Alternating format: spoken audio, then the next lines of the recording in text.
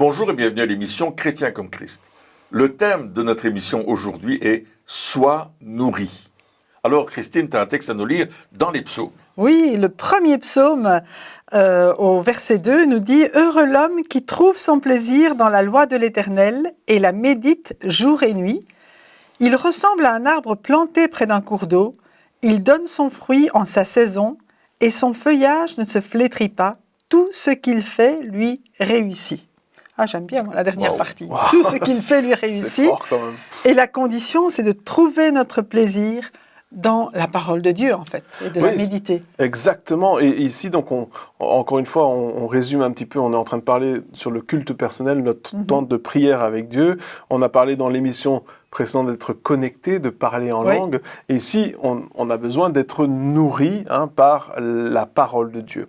Mais ici, lorsque on lit « Heureux l'homme qui trouve son plaisir dans la loi de l'Éternel », alors déjà, c'est un beau verset qu'on aime bien, qu'on aime peut-être réciter, mais si on discute des fois, lorsqu'on dit « loi » et « plaisir », souvent, on se dit que c'est deux mots qui ne vont pas ensemble. C'est vrai.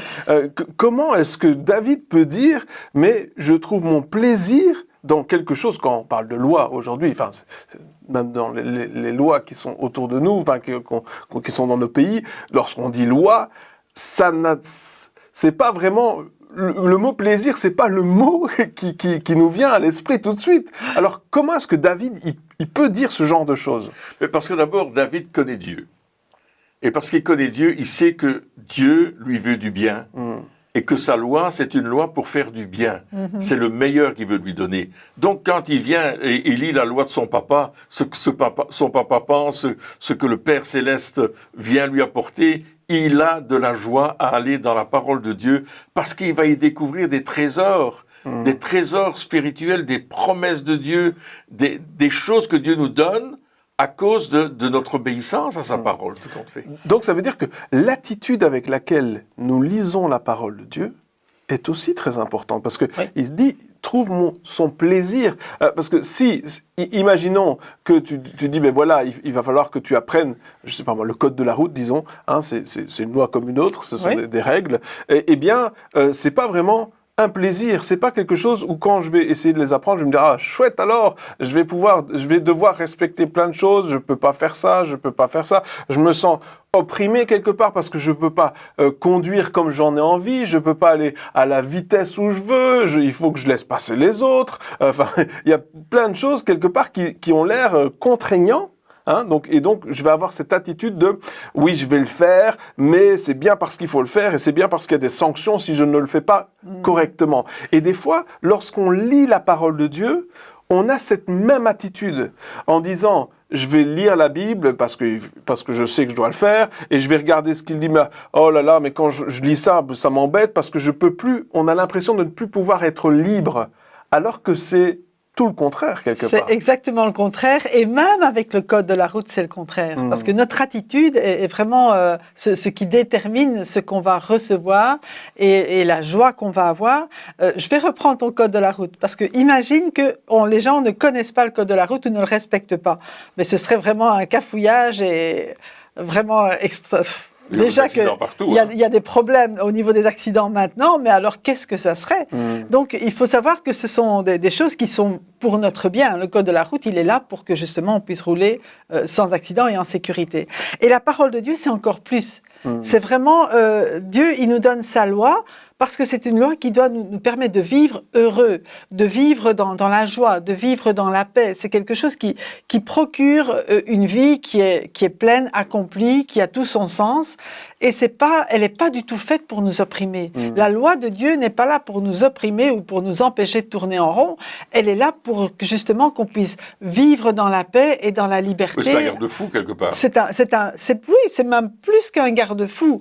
C'est le fait que d'abord, elle concerne Dieu, elle concerne notre relation avec Dieu, elle concerne notre relation les uns avec les autres, et elle nous évite le malheur. C'est vraiment ça aussi, c'est pour nous conduire dans le bonheur que Dieu a pour nous. Il n'a jamais donné une loi pour nous brimer, il a donné une loi pour même nous libérer même de nous-mêmes. parce que je crois que le plus grand tyran, c'est nous-mêmes. Donc la première approche, c'est je change mon attitude et je me dis quelque part, c'est pour mon bien. Oui. Et David, c'est ça qu'il avait compris aussi. Il avait dit, mais oui, au fait, il y a une autre version qui dit, mais celui qui, il a sa passion de rester fidèle à la parole du grand je suis. Donc celui qui connaît tout quelque part. David, il venait en disant, mais j'ai tout à apprendre. Toi, tu sais tout. Et moi, je ne sais pas. Oui. Et j'ai besoin que tu m'enseignes parce que je veux apprendre. Je veux savoir ce que tu as à me dire. C'est ça aussi. C'est la parole de Dieu. Donc, il avait cette soif de dire, mais montre-moi des choses. Et puis, il est dit aussi, en méditant jour et nuit, dans la révélation de la lumière. Donc, quelque part, lorsque nous lisons la parole de Dieu, ce n'est pas une lettre morte. Mm-hmm. C'est pas juste, ici, dans la version qu'on connaît, il parle de la loi de l'Éternel. Mais c'est la loi, mais Dieu veut nous la révéler des choses aussi. Ce que Dieu veut nous apporter lorsque nous lisons la parole de Dieu, ce sont des révélations. C'est des choses, on est tous comme ça, on a lu la Bible maintes et maintes fois, hein, mais à chaque fois que je lis la Bible, encore et encore, et pourtant on la lit régulièrement tous les jours, et à chaque fois, eh bien, il y a des nouvelles choses, des versets que j'ai déjà lus 25, 30, 50 fois peut-être même 100 fois, et puis tout d'un coup, waouh, j'avais jamais compris ça dans ce verset-là. Donc, quelque part, Dieu veut nous apprendre et nous révéler aussi. Et je pense que la révélation, c'est quand même ce qui est le plus beau dans la lecture de la parole de Dieu. Oui, et puis, la révélation va nous amener à changer notre attitude, parce que je vais commencer à comprendre ce que la Bible m'enseigne. Et je vais comprendre que il y a cet amour de Dieu qui veut me donner le meilleur. Et ici, il parle qui prend plaisir, qui trouve son plaisir, c'est-à-dire que c'est vraiment là qu'il trouve son plaisir. Et il y a un texte dans le 11e chapitre de la lettre aux Hébreux qui dit que sans la foi, on ne peut pas plaire à Dieu. Donc, on ne peut pas avoir du plaisir avec Dieu si on n'a pas cette foi. C'est-à-dire que je vais approcher de la parole non pas avec un esprit de je vais connaître, je vais avoir de l'intelligence, je vais connaître la parole, mais avec un esprit de foi où je vais recevoir la parole de révélation qui va transformer ma vie. Alors, je peux lire la Bible comme ça, je la lis comme un roman, je vais la lire, etc. Mais je ne vais pas rentrer dans la révélation, c'est-à-dire ce que Dieu veut vraiment dire et qui est encore plus riche que ce que je peux lire. Et Dieu est en train de me révéler des choses qui sont toujours en accord avec toute la parole, Ancienne Alliance, Nouvelle Alliance, Ancien Testament, Nouveau Testament, tout est lié ensemble et je vais comprendre combien Dieu m'aime. Donc quelque part, notre attitude lorsqu'on prend la parole de Dieu, elle est vraiment très importante. Parce que si on prend la parole de Dieu, la Bible, et on dit « Ok, je vais la lire parce que voilà, le pasteur il a dit il fallait que je lise ma Bible, ou peu importe. » Et voilà, je l'ai lu, mais on va rien en retirer. C'est pas un livre magique. C'est pas un livre où dès qu'on lit, ça y est, tout se passe. Non, on peut lire la Bible sans qu'il y ait rien qui se passe dans notre vie, sans que voilà, on la connaît intellectuellement. Mais lorsqu'on la prend en disant, comme tu disais, oh, Seigneur, parle-moi, je veux apprendre, j'ai soif de te connaître, je veux prendre plaisir à ta parole. Je me demande bien, aujourd'hui, moi, c'est l'attitude que j'ai chaque jour, je me dis, mais qu'est-ce que je vais encore apprendre aujourd'hui? Qu'est-ce que Dieu va me révéler aujourd'hui? Et puis, je lis des choses qui c'est pas des versets connus, c'est pas des, vous savez, il y a plein de versets qu'on cite, etc. Et puis il y a des versets où bon, voilà, ça fait partie du contexte quelque part. Et bien même dans les versets du contexte, j'apprends des choses et je me dis ah waouh, c'est extraordinaire. Je vais voir dans les commentaires, je vais regarder un petit peu ce qui se passe. Des fois, ce qu'il dit en grec, en hébreu, les mots d'origine et il y a tellement de choses dans la parole de Dieu, et c'est avec cette attitude-là, et lorsqu'on vient avec cette attitude-là, eh bien, déjà, on est prêt pour ce qui va suivre. Parce que ça, c'est juste le début. L'attitude avec laquelle on vient, c'est le début. Mais ensuite, il y a encore d'autres choses qui se passent lorsqu'on lit la parole de Dieu. Parce que là, ça devient vraiment une nourriture. C'est pas seulement, oh, je regarde les plats. Mais c'est vraiment, je me nourris. Et ce qu'il dit ici, c'est qu'il la médite jour et nuit. C'est-à-dire qu'on peut lire peut-être un verset ou plusieurs versets le matin, et puis à un certain moment dans la journée, il y a quelque chose qui revient, et on est en train de méditer. Ou la révélation, pour moi, je ne l'ai pas toujours au moment où je lis, mais parfois il y a des versets qui me reviennent et disent « Ah, c'est ça que ça veut dire ». Et vraiment, au cours de la journée, c'est une méditation. C'est une méditation, oui, c'est ça. On rumine vraiment ce qu'on a retenu. Hein. Il y a peut-être un verset qui nous a frappé, puis on va réfléchir, mais en même temps, comme tu dis, l'important, c'est que le Seigneur vienne nous le révéler et que ça commence à faire partie de notre vie, hein, qu'on puisse le méditer, le digérer, l'intégrer, pour que notre vie soit motivée, soit conduite aussi par sa parole. Tu as remarqué que aussi quand on a par exemple, il y a de la joie, nous, ce qu'on a l'habitude de faire, dit, hey, on partage, hey, j'ai lu ce verset-là, et ça dit ça et ça, et puis on dit, waouh, et on partage ensemble, et puis chacun va donner son point de vue aussi par rapport à ce verset. Peut-être qu'il y a aussi une autre révélation, et on en sort enrichi. Enrichi et joyeux. C'est ça, il y a la joie, oui. Il y a vraiment un heureux qui trouve son plaisir. C'est vraiment un plaisir de déguster ces nouvelles choses que le Seigneur nous dit jour après jour, quoi. Oui, donc donc on a le plaisir, on lit, on trouve son plaisir dans la loi de l'Éternel, etc. Mais ensuite, il dit, mais il est comme un arbre planté près d'un courant d'eau. Donc il porte son fruit. Ça veut dire aussi que on parle ici plutôt de la pratique ou de ce que ça va avoir comme conséquence dans notre vie. Donc il y a cette attitude avec laquelle on vient en s'attendant quelque part à ce que Dieu nous parle et nous apprenne des choses. Mais ensuite, la lecture de la Bible doit porter du fruit.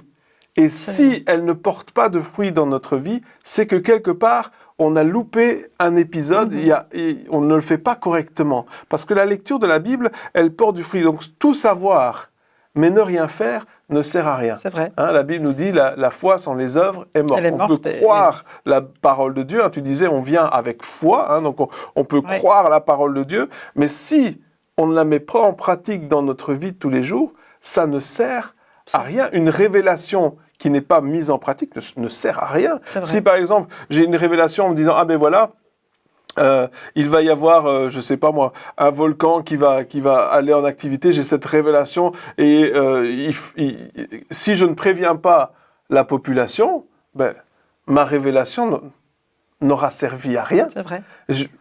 Les gens vont quand même mourir à cause du volcan, il va quand même... Et dans ma vie, c'est la même chose. Si je lis un texte et ça me parle, quelque part, c'est en train de me dire « Ah, mais je vois que cet homme de Dieu-là, il avait telle attitude et je sens dans mon cœur que Dieu, il me parle par rapport à cette attitude et que moi aussi, je devrais avoir cette attitude-là. Mais que je ne le mets pas en pratique, je ne porte pas du fruit, alors...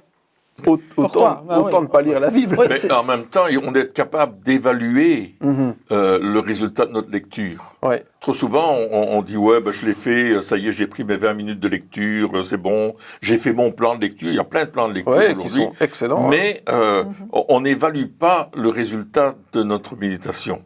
Alors parfois, l'évaluation va venir beaucoup plus tard parce que le fruit... Ben, il doit mûrir, il doit grandir, et il doit être là à un certain moment. Et les gens vont dire, tiens, ta vie a changé. Ah, t'as vu que ma vie avait changé? Oui, ça a changé en mieux. Wow, qu'est-ce que t'as vu de changer? Ben, ton caractère s'est amélioré, etc. Ah oui, alors tu dis, oui, je me souviens, j'ai lu cette parole, j'ai décidé de mettre en ordre ma vie par rapport à ça. Parce qu'il faut aussi des applications à la lecture de la parole de Dieu. Et ces applications-là, je vais les mettre dans ma vie. C'est un peu aujourd'hui comme nos téléphones portables, il y a plein d'applications.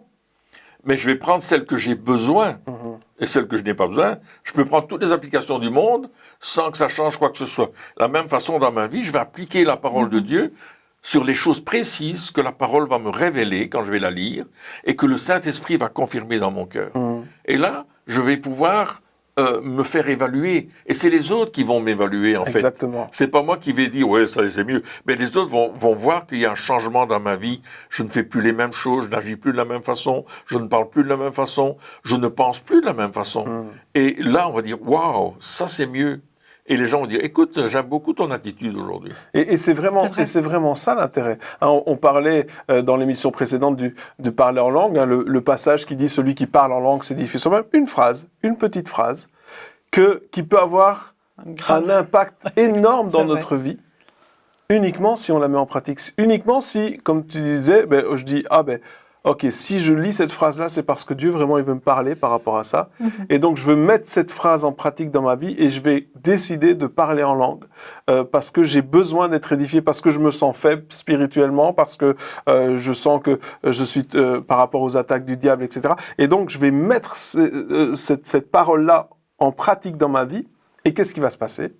Je vais porter du fruit. Mais si je lis et je dis, tu sais quoi, c'est extraordinaire, celui qui parle en langue s'édifie soi-même, j'avais jamais vu avant, mais que je ne parle pas en langue, j'aurais eu une révélation, mais pour rien. Oui, c'est ce que Jésus disait, celui qui entend ma parole, qui écoute ma parole et qui ne la met pas en pratique. Il est comme quelqu'un qui a bâti sa maison sur le sable.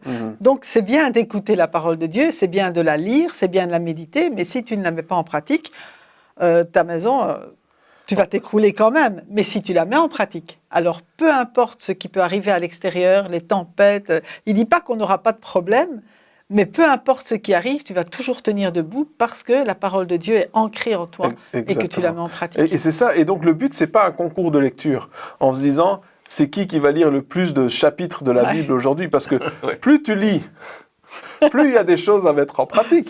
Si on veut être,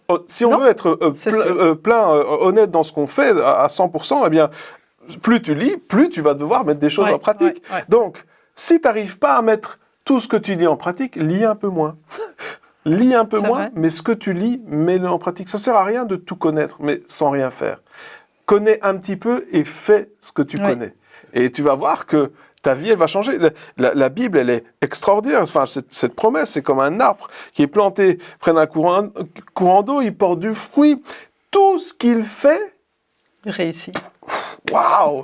Tout ce qu'il fait réussit. Pourquoi? Parce que chaque petite chose, on le met en pratique. Chaque petite chose, on n'essaye pas de courir une course sans s'occuper des détails. On est juste en disant, ok, chaque pas que je vais faire, chaque pas, je vais regarder où je vais mettre mon pied. Je vais voir où je vais. Je vais réfléchir. Je veux pas juste lire pour lire. Parce que la parole de Dieu, elle se lit pas comme ça. Elle se lit avec une bonne attitude. Elle se lit avec une intention de plaire à Dieu. Avec la prière. La prière, avec la foi. Et surtout, elle se met en pratique.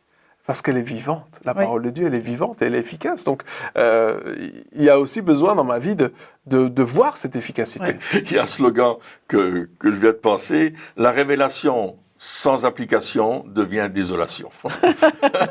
Et c'est vrai que j'ai beau lire, je peux connaître la Bible, même citer des versets, mais je les ai jamais mis en pratique dans ma vie.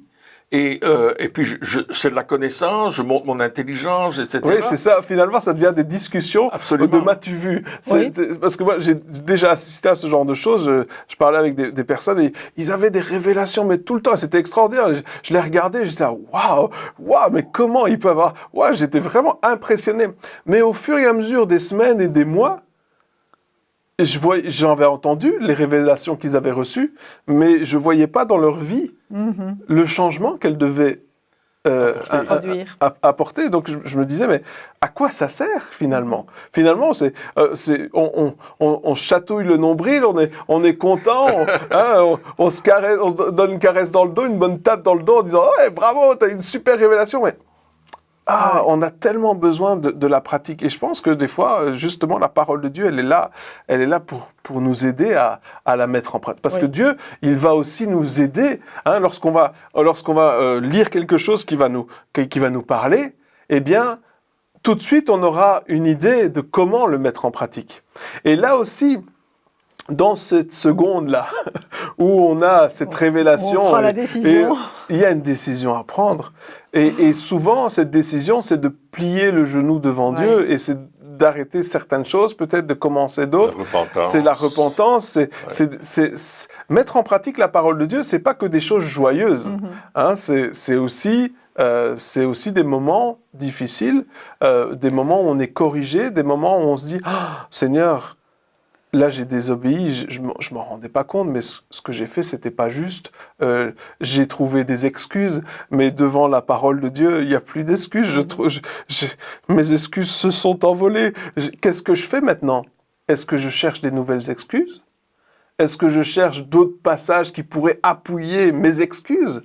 Ou est-ce que je dis, OK Seigneur, tu sais quoi, t'as gagné. Je vais arrêter de résister et je vais me soumettre à toi. Parce que lorsque David il dit « heureux l'homme », c'est vrai que ça nous apporte le bonheur. Mais des fois, il y a des décisions que nous devons prendre qui sont difficiles, mais qui vont nous amener au bonheur. Mais sur le moment, on dit la correction, sur le moment, on est triste, elle amène la tristesse sur le moment. Mais lorsque nous la recevons, elle amène la joie. Et c'est ça aussi le bonheur, c'est de pouvoir recevoir cette correction de la parole de Dieu. Et ça, c'est peut-être quelque chose qu'on aime moins. On aime moins, et parfois, je connais des personnes qui ont peur de lire parce qu'ils ont peur justement d'être repris. Mais ici, quand même, aussi dans 2 Timothée 3, 16, 17, il dit « Toute écriture est inspirée de Dieu et utile pour enseigner, pour convaincre, pour corriger, pour instruire dans la justice, afin que l'homme de Dieu soit formé et équipé pour toute œuvre bonne. » Et chaque fois, ce qu'on voit, c'est qu'il y a vraiment un but. Lire la parole de Dieu, comme on le disait, c'est pas lire pour lire, mais c'est lire vraiment pour être équipé, lire pour connaître Dieu, lire pour connaître son plan. C'est un peu comme un mode d'emploi. Bon, c'est plus qu'un mode d'emploi, mais un mode d'emploi, tu as besoin de lire pour pas casser la machine quand tu la reçois. Exactement. Ici, on a besoin de lire et de méditer cette parole pour que notre vie ait un plein sens. Jésus a dit qu'il était venu pour nous donner la vie en abondance, et c'est ce qu'il fait. Mais à condition qu'on marche selon ses principes, qu'on marche vraiment selon ce que lui nous dit, qu'on soit disciple de Jésus, donc qu'on le suive. Et bon, cette émission s'appelle « Chrétien comme Christ », ça reste le but de Dieu, c'est de nous transformer à l'image de Jésus. Et c'est cette parole, c'est en lisant, voilà comment est Jésus, comment est Dieu, comment il veut qu'on devienne. Alors, bien sûr qu'on fait un constat, non, on n'est pas arrivé là, d'accord, on a encore des progrès à faire, mais cette parole va nous permettre de dire, OK, le pas suivant que Dieu me demande maintenant pour marcher vers cette maturité, eh bien, voilà, je vais le découvrir aujourd'hui, je vais le mettre en pratique avec sa grâce. De nouveau, c'est pas par nos propres forces tout seul. Il y a notre volonté qui intervient. Ça, c'est sans notre volonté, Dieu va rien faire avec nous. Mais on dit, OK Seigneur, on veut bien le faire, mais on a besoin que toi, par ton esprit, tu viennes nous aider. Alors on a parlé du parler en langue la fois passée, et ça reste quelque chose d'important pour nous permettre aussi de mettre cette parole en pratique. Donc prenons tout ce que Dieu nous donne pour permettre et pour aller en accord, pour rester en accord avec sa parole. Oui, c'est ça. Puis le Saint-Esprit, comme tu disais, le Saint-Esprit nous éclaire aussi. Il nous révèle des choses. Et toi, tu disais, c'est important de savoir, de connaître Dieu et de savoir que ce qu'il veut, c'est notre bien. Oui, et donc, même lorsque on va passer peut-être par des moments plus difficiles où il faudra prendre des décisions, etc., eh bien, on sait qui est Dieu et on sait que au-delà de tout ce qu'on peut ressentir, au-delà de toutes les impressions qu'on peut avoir, eh bien Dieu veut notre bien. Oui. Et si on doit abandonner certaines choses qui nous sont peut-être précieuses à un certain moment et qu'on ne comprend pas toujours pourquoi, eh bien Dieu veut notre bien. Et à un certain moment, comme tu le disais, on va voir le fruit. Peut-être qu'on va pas le voir tout de suite. Des fois, on se dit, mais je vais prendre cette décision-là, et puis demain, les gens, ils vont voir une différence radicale dans ma vie. Non. Des fois, ça prend des mois, peut-être même des années, je sais pas. Il y a des choses où petit à petit, on change. Mais, eh bien, c'est Dieu qui nous demande de le faire. Et finalement, la vérité, c'est que ça nous apporte un plaisir. Et ça doit toujours être ça. De la même manière qu'on parlait du parler en langue, eh bien, ça nous édifie, donc quelque part, ça nous fait du bien, et on est content après de l'avoir fait, parce qu'on voit le bénéfice que ça a dans notre vie, même si au début c'était difficile. De la même manière, la parole de Dieu va également nous faire du bien. On va peut-être au début se dire oui, c'est peut-être difficile, mais ok, je change mon attitude, et au lieu de dire c'est une corvée, je dis Seigneur, parle-moi. Et là, on va voir que on n'aura qu'une seule envie, c'est d'être au lendemain pour recommencer, pour relire, peut-être même le même passage. Oui, parfois, c'est vrai. C'est vrai, parce que ça nous a, on a tellement besoin d'avoir cette révélation. Oui, et puis on voit les conséquences de méditer la parole de Dieu jour et nuit, de la lire, la méditer, la réfléchir. Il dit le feuillage, c'est-à-dire notre aspect extérieur, ne flétrit pas, on reste toujours dans cette meilleure composition que Dieu nous a donnée. Et moi, je pense que ça apporte vraiment beaucoup d'importance. Jésus disait que on émondait les branches qui n'étaient pas bonnes. Il y a des branches mortes, on doit les couper. Et il y a des branches qui ont mal poussé, il faut les émonder. Et parfois, la parole de Dieu, elle va nous émonder. Elle va dire, là, dans ce domaine-là, tu pourrais porter plus de fruits. Mais pour en porter plus, il va falloir couper ces choses-là. Et puis Dieu va nous émonder, on va le laisser faire, on va dire oui, aide-moi à être émondé, puis Dieu va nous émonder. Et puis le fruit va apparaître beaucoup mieux. Il va devenir un beau fruit. Et c'est ça le succès. Le succès, c'est que je vais porter du fruit pour la gloire de Dieu. Le succès, c'est que ma vie va être une vie qui honore Dieu. Et Dieu va dire, waouh, lui, regarde comme il porte du fruit. Tu vois, il s'est laissé émonder. Il a écouté la parole de Dieu. Il a laissé la parole de Dieu transformer sa vie. Parce que, comme on le disait il y a quelques instants, la parole de Dieu, elle est vivante et efficace. Elle va toucher nos vies. Elle va séparer la vie de la chair et de la vie de l'esprit. On va faire des choix à un certain moment à cause de la parole de Dieu. On va dire, oh oui, ça je ne veux plus faire. Ça c'est dans la chair, ça satisfait ma chair, mais ça ne satisfait pas mon esprit. C'est pas nécessaire. Et là je vais dire, je veux mettre l'emphase sur la vie de l'esprit, qui va avoir une conséquence sur ma vie de la chair de tous les jours, mais une bonne conséquence. C'est ça, lorsqu'on va lire la parole de Dieu, ça va nous éclairer. Oui. Et donc, ça va éclairer aussi ce qui n'est pas juste. Et on va le voir, peut-être des choses qu'on ne voyait pas avant.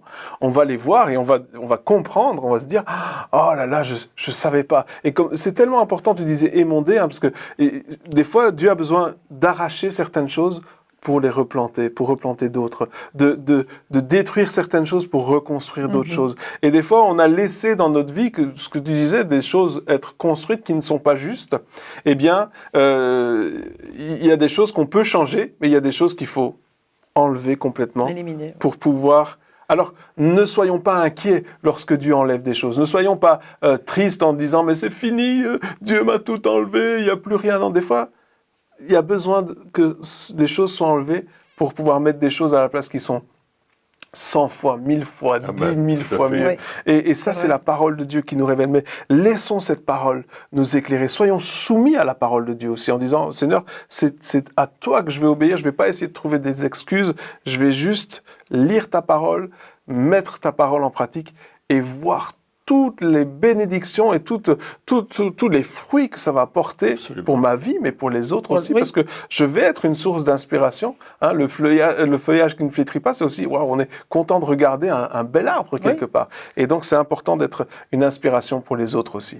Eh bien, chers amis, merci encore de nous avoir suivis pour cette émission et on se retrouve très bientôt pour la suite. Au revoir.